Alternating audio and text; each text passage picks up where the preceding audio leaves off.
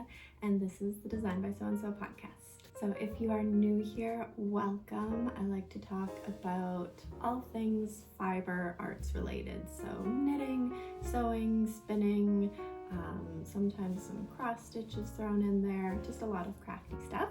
And if you are a returning viewer, welcome back. So today I wanted to catch you up on all the things that I've been working on for the past couple months. It is still Fish Girl Fall, that's been going strong. So I'm going to talk about all of my knitting, sewing, and a little bit of cross stitch projects that I've been working on related to Fish Girl Fall. So grab your craft and let's chat.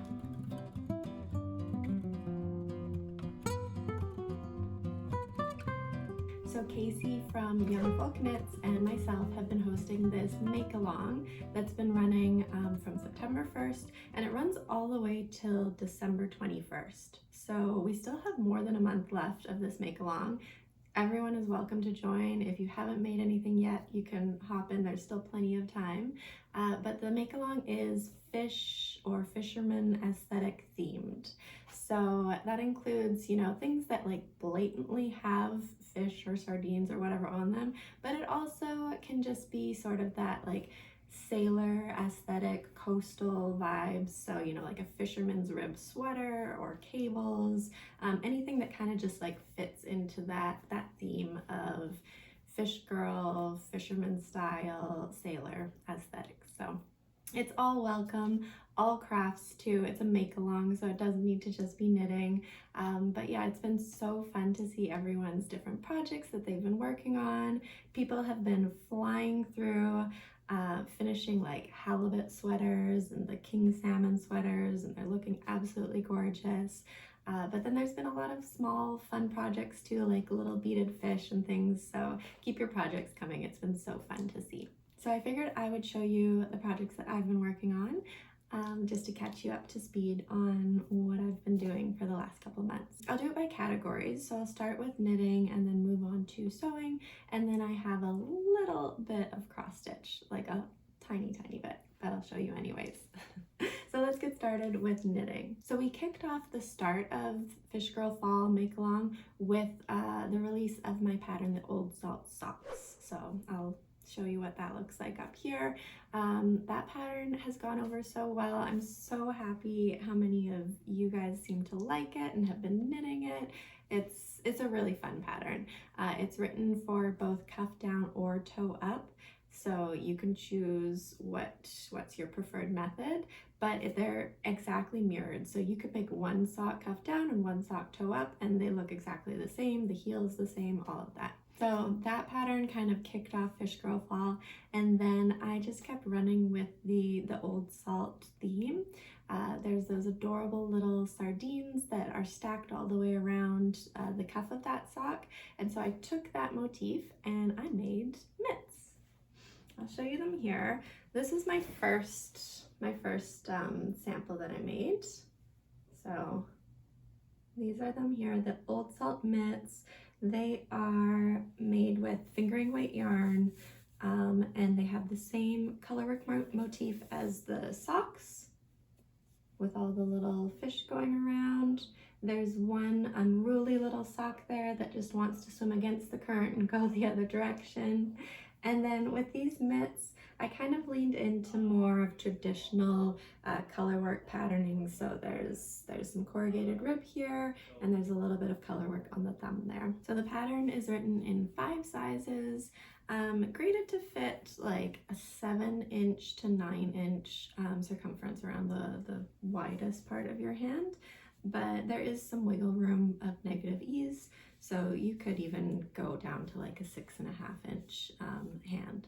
So my test knitters, they ranged from like dainty petite little hands, which I don't have, I have very large hands, but anyways, from these tiny little hands up to like husband hands. Some of my test knitters made these for their husbands, and they looked so cool on them. They took them out fishing, and yeah, using them outside, they looked awesome. And across all the sizes, the pattern uses less than 50 grams of the main color, and then less than a 25-gram ball of the contrast color. So it's great for stash busting. It's also just a really quick knit, so it's really good for gift knitting. I made 3 pairs of these. So this was my original first sample that I made. Then I knit up a smaller size using the exact same colors and gifted that to a friend. And then this was my last sample that I made. So this is in my size again, and this one has a shorter cuff. Put it on for you to see. And I can't decide which one I like more. I've been wearing both of these, just depending on my outfit, what jacket I'm wearing, what matches better. But yeah, I love them both so much. So as we were going through the test knitting, some of the test knitters had mentioned that the cuff was really long on them. I'm tall and I have like long arms, and so I like the long cuff. Most of my jackets the sleeves are short, so I want long cuffs to be able to tuck into those. So originally that's how I designed this pattern, but then I took into consideration what others' opinions and wants are, so I included shorter cuff instructions in the pattern too. So you can have a short cuff or a little bit longer, just depending on what you want, and that's super easy to adapt. And I'll let you know what yarn I used for them. So for my first sample, I used, the main color is this navy with very subtle, it's actually really hard to pick up in the camera, but there's like subtle kind of burgundy and green bits throughout it. It's this beautiful navy tonal yarn. I think it was over dyed over a variegated yarn, so that's where like the pops of color are coming through. But this was Hello Stella fingering weight. I think it's her Highland wool. Let me just check that. Yeah, it's her Highland wool in fingering weight. So it's this really nice non-superwash, kind of rustic, a little bit like scratchy yarn, which is awesome for color work because everything just like holds in place, and it's really warm to wear on your hands. And then my contrast color is an Ovis, etc. I think it's Shetland wool. Let me see. Shetland fingering was that yarn too. So both of them are like farm yarn, rustic yarns. So that was my first sample, and then for the second I used the same Ovis, etc. Shetland. This is just like an undyed natural color. And then for the contrast, I used this discontinued yarn. I had some in my stash and I absolutely love it. I'm so bummed that it's been discontinued, but it was Raincloud and Sage was the yarn company, and the yarn was called Nord. So it was like this really like toothy, plump fingering weight yarn, fingering to kind of sport almost, because it was like a very full yarn. But I had some left over in this brown. The colorway was called Cabin, so I used that up on my second sample, and yeah, I think that it's really nice. And yeah, I just love the classic brown and cream colors. I think it's really easy to wear and easy to match with outfits. So like I said, the pattern is out there. It was released last weekend. And I was a little slow in getting to recording this video, so I wanted to make a special coupon code for my YouTube viewers. So I did have an introductory sale for the Old Salt Mitts for the first week of its release, but since I'm late to talking about this on YouTube, I wanted to create something specific for you guys to be able to use. So you can get that introductory sale rate of 20% off the Old Salt Mitts and the Old Salt Socks for the rest of the month. I'll leave that code running until December 1st, so you can just use the code OldSaltYT, so Old Salt YouTube, for you to be able to get 20% off of either of those patterns. And I would love to see what colors you choose and what you make with them. So moving on from the Old Salt fingerless mitts, I am still on my sardine kick, and so I just moved on to making mittens. This is my first trial. Obviously this is a size 1. It does not fit my ginormous hands. But with this pattern, I wanted like full coverage mittens, and I wanted them to be made with a heavier weight yarn. So these are made with DK weight. They are so incredibly quick to knit up. There's a really nice like wide thumb gusset, so it's nice and roomy and fits well. And the color work on these is just the fish. So it's just the simple sardines. And for this, I wanted them all to face the same direction. You could of course very easily modify that if you want them to go in opposite directions. But this one, I just thought the look of, simple was better. So yeah, this is the Old Salt Mittens. I'm writing the pattern right now. I should actually be able to finish it today. There's just a tiny little bit of tweaking that I want to do before I send it off to the tech editor. But I will be putting out a test call for these very soon, probably in the next week or so. So yeah, for this pattern, I used Harrisville Nightshades and Daylights. I think that's what it's called.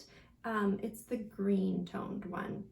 So I think the cream is Insomnia, if I recall correctly.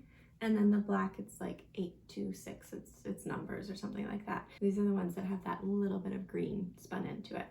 So I made these for my friend. I have a friend with nice petite little hands, and she's very knitworthy, but also because she's small, it's easy to make her these little gifts and they go really fast. So these will be going to her. So after that first sample, then I made up a pair to fit myself. So this is my size. These ones I used my own handspun yarn, which was so special. I actually haven't knit with my handspun very much at all. And now this is all that I want to knit with. It's just so special to be working with a yarn that you actually created and see the color shifting going throughout. It's really rewarding, really fun. So the yarn is, it was a Bramble Ridge Targhee fiber. The colorway was called Shoreline, which is also very fish girl fall. But I spun this up last year. I can put a little link or something that you can click on if you want to see that episode where I talk about spinning this yarn. But yeah, that sat in my closet for about a year, and I was taking a look at it and saw, well, it's close to DK. It was like DK to worsted weight, and I thought that it would work well for this pattern. So for this version, I decided to go with a longer cuff that can be rolled up. Again, I like the cozy, warmth. This can tuck into sleeves really nice, or it can be rolled up like this. And then we've got like the wide gusset going on there, and then the color work of the fish. I'll put them both on so that you can see this gradient kind of fade throughout.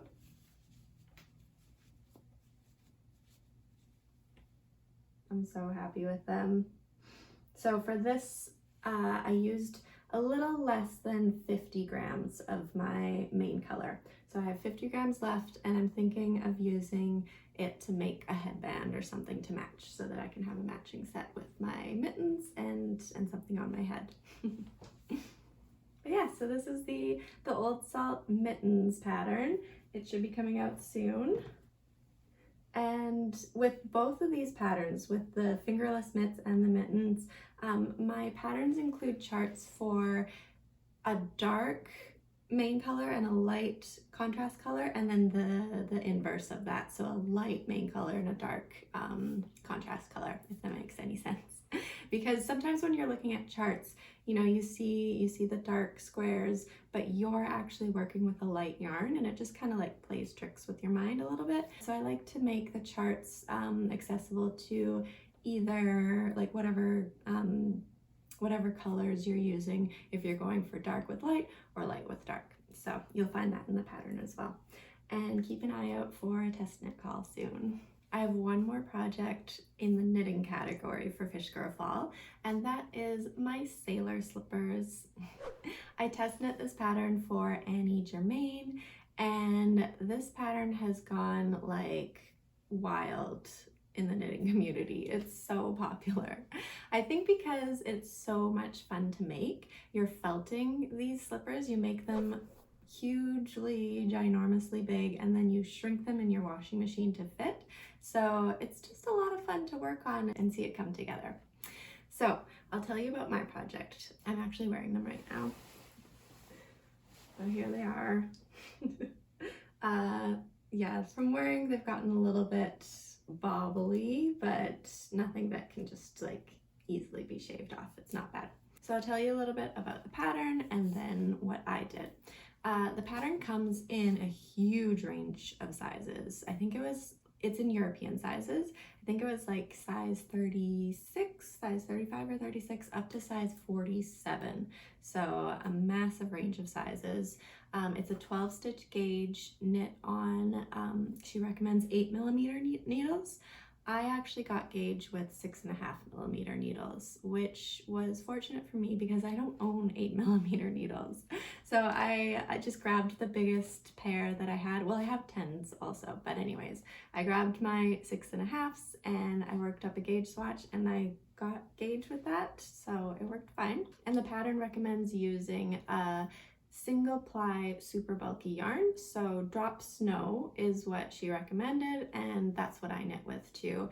It's at a fairly affordable price point. There's a ton of different color options to choose from, and they come in 50-gram balls, so you can order exactly what you need for the project. So for myself, I made a size 42, which it's roughly like women's size 11 in US sizing. So I made mine with white and light blue stripes, dark blue on the bottom. I figured a darker color would be better for the sole of the foot just because it's gonna start to show, you know, look a little dirty. So I wanted to hide that with a darker yarn rather than light. And then I had a little bit of scrap, some red yarn to do the I-cord edge around the slipper. So for the three main colors, I used Drop Snow, and like I said, I made a size 42, European size 42. So I'll let you know what I used for that size if you are making a similar size and want to know how much yarn to buy. For the soles of my slippers, I used just under 2 balls of Drop Snow. That was the perfect amount of that dark blue for the soles of the slippers. And then for the white and the light blue, the white has more stripes than the light blue.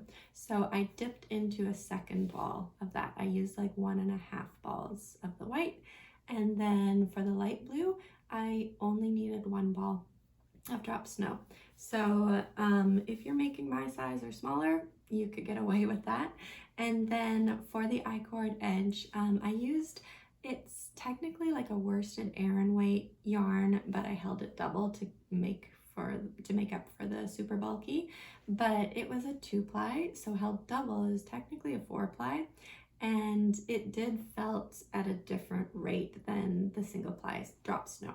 So I would recommend using like the same yarn throughout your whole project so that you just get an even felt. One of the other test knitters felt that their I-cord shrunk too much in comparison to the rest of their slipper, so that's why myself and a few other testers went with some plied yarn for the I-cord edge. But honestly, I felt like mine didn't felt enough or shrink enough in the I-cord around the cuff, because I don't want my slippers to just be kind of falling off. So I wish that I would have just used Drop Snow for that, and then it would have been a little bit of a snugger fit. But yeah, the experience was a lot of fun. I've never intentionally felted my knits before, so it was very interesting. When you're knitting this slipper, it feels ginormous. It feels huge, and I put it on my feet and it looks like a clown. But the pattern is really, really detailed. It gives you a lot of information on how to go about the felting process. So I put it in my washing machine with a towel so that there was something in there for it to rub against. And then I checked it halfway through and it hadn't felted enough, so I put it back in, let it go for the whole time, and when I pulled it out, it was the right size. Like it shrinks to seem really, really small, but then when you put it damp on your feet and kind of stretch it out to fit you, it magically just works. It was really, really cool. So yeah, I've been wearing these slippers nonstop since I've made them. They're nice and cozy, just a super fun experience and a really good gift knit as well.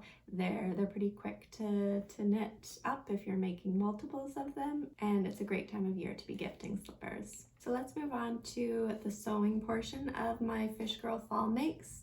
These ones are less fish forward. I've made two sewing projects in the last couple months, and these kind of just fall into the category of that like fisherman aesthetic. So the first one that I finished is my Emmi jacket from Paper Cut Patterns, I think. Let me see. Paper Cut Fabrics is the brand. So this pattern caught my eye because of the versatility. You can change out different collars, there's a hood, they're all buttoned on, so you can make multiples for your jacket and change them out if you want it to be a different style. And then the jacket has different lengths too. You can have like a bomber style or longer. There's a straight across hem or there's a curved hem. So there's a lot of different options, which I liked about it.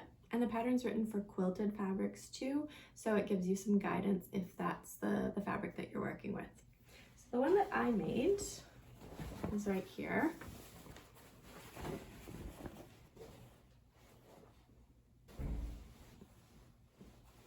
This is it, pretty much here. I used fabric that a friend of mine gifted to me. She was downsizing, and so she got rid of a lot of her fabrics. So the cream is just like a bull denim kind of thing, and then the brown is a canvas that I just had like a tiny little remnant of. So just using up scraps and leftover pieces really. And I decided to not line it because I wanted this just to be a really quick project. I just made a facing based on the pattern pieces and just cut out like a little bit to kind of face all of the edges. It's not my neatest work. I was kind of treating this as a toile, and so I was just making it really quick to see how I liked it. But overall, I like the look of it. It's kind of that like barn jacket look. I think I would size down next time though. It's very oversized. I went with the recommended size for my measurements, but it is very, very large, especially like in the shoulders and armholes. It feels very oversized. So if that's what you're going for, awesome. If you want it a little smaller, I would size down for sure. I love the roomy pockets. I really like the curved hem that I did with mine. So yeah, I went with a longer length, but then I decided to incorporate that curved hem that is shown on one of their shorter jackets. And I just made the one collar, and you can see how it like buttons in there, but you could detach this and then put in different style collars or a hood. I actually ran out of both colors of fabric. Originally I was thinking I would make a hood, but there's no more fabric for that. But yeah, I feel like this fits that kind of like outdoorsy, coastal sort of vibe, and I've been wearing it quite a bit this fall. My next sewing project that I've been working on for Fish Girl Fall is my Riley overalls from True Bias. I've been seeing so many people making these, and they're just a really well-fitting, really cool looking overall. So this is my version. It's almost done.